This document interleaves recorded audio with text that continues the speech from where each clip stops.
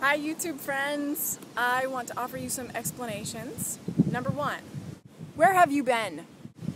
Number 2, what was up with that video about the pelican eating the pigeon? Regarding number 1, where have I been? The last video in which I appeared was about this time last summer. Yeah, that was the one with the annoying fan screams. I got to see Tim Minchin live! Ah! Sorry about that. Then there was the pelican video, but I'll get to that one. So in the last one I mentioned that I got a new job. My job is a whole new world. Because outdoor environmental education is one of my passions, and because it's not as popular here in the southern US as it is in the Northeast or the Northwest, it's really hard to find a job that's not part-time. So making a switch to a full-time job has been a totally new experience. So for better or for worse, my job takes up a lot of my time now. As you can imagine, that makes finding time for YouTube hard to eke out of my schedule. But I really do miss my YouTube friends and interactions, especially the people who are logical, reasonable, charitable, respectful, nice, even when we don't agree. Those people are hard to come by. Love you guys. My new hours are long, but it's really nice to be working toward my passion. In my lifetime, I want to see outdoor environmental education become a respected part of well-rounded education. I want to see it become essential. Getting people reacquainted with their outdoor environments is essential to helping people understand the natural sciences like biology, geology, ecology, even GIS, applied chemistry, astronomy. People need to be outside to understand those. Outdoor education is also an essential part of getting people to build more sustainable societies. When people are outside more, they're more comfortable with their local environments.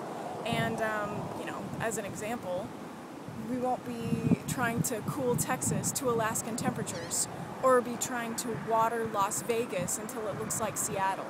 As long as we have the attitude that we can just alter any environment to be absolutely what we want it to be, then we're still going to be wasting resources, valuable resources, on frivolous aims.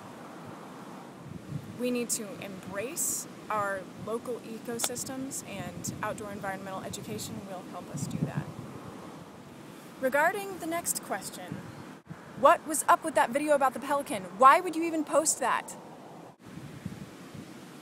Okay, well, I can understand why some of you would be shocked, but that was part of an update about my awesome atheist science-y summer.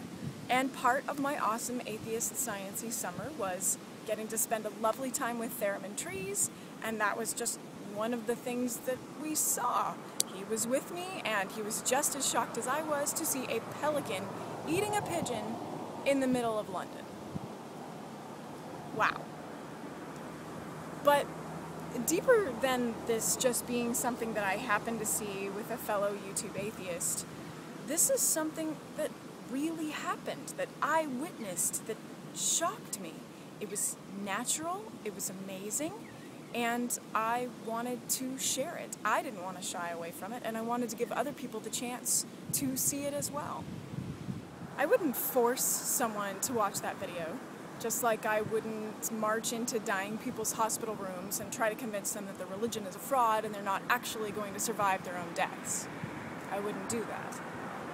But if someone is open to the reality of nature, I want to be there to share it, especially if it's something that I have seen. David Attenborough and Carl Sagan and Steve Irwin were there for me, opening the door to our amazing world. And in a similar way, I want to be there helping other people with the same thing. I remember vividly the scene in Blue Planet in which David Attenborough describes a mother gray whale who is trying to save her calf from a roaming band of killer whales. And the killer whales chase them for hours until the baby is so exhausted, the mother has to hold it up. for it to be able to breathe. She keeps trying to save her baby, but she's unsuccessful. Now that I can almost understand and expect. But then the killer whales, they only eat the calf's tongue. I was hoping that at least they would live for a week on the baby they'd just killed. Valuable food like this will not go to waste in the ocean. Before long, the carcass will sink to the very bottom of this deep sea. That was really hard to watch. It was heart-wrenching, and I felt scarred for a long time after watching it. But after processing it and folding it into my understanding of reality, I felt better for knowing that this is the way some versions of life can act. One of my life mottos is, I'd rather know than not know. This attitude is why I'm able to enjoy and respect nature without idolizing it.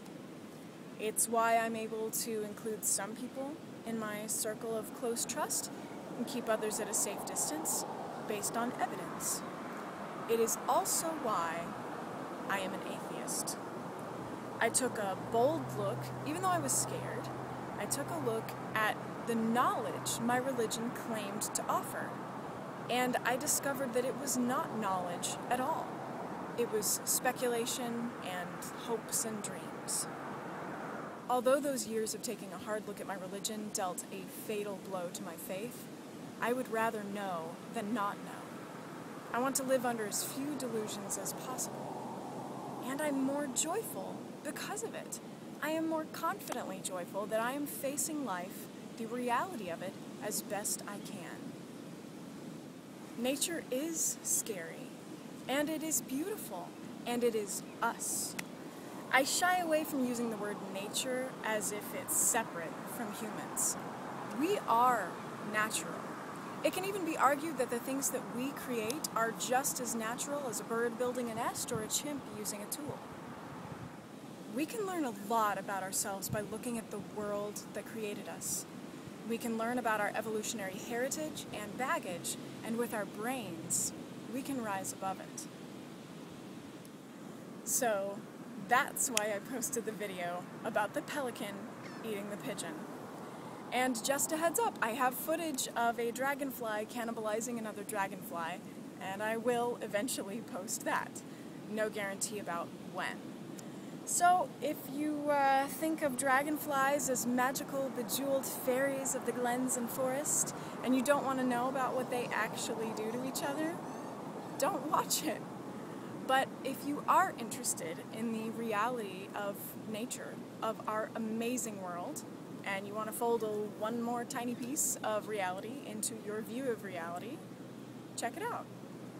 Till then, have a wonderful summer or winter in the Southern Hemisphere, and enjoy whatever environment surrounds you, and work toward peace, and enjoy the outdoors.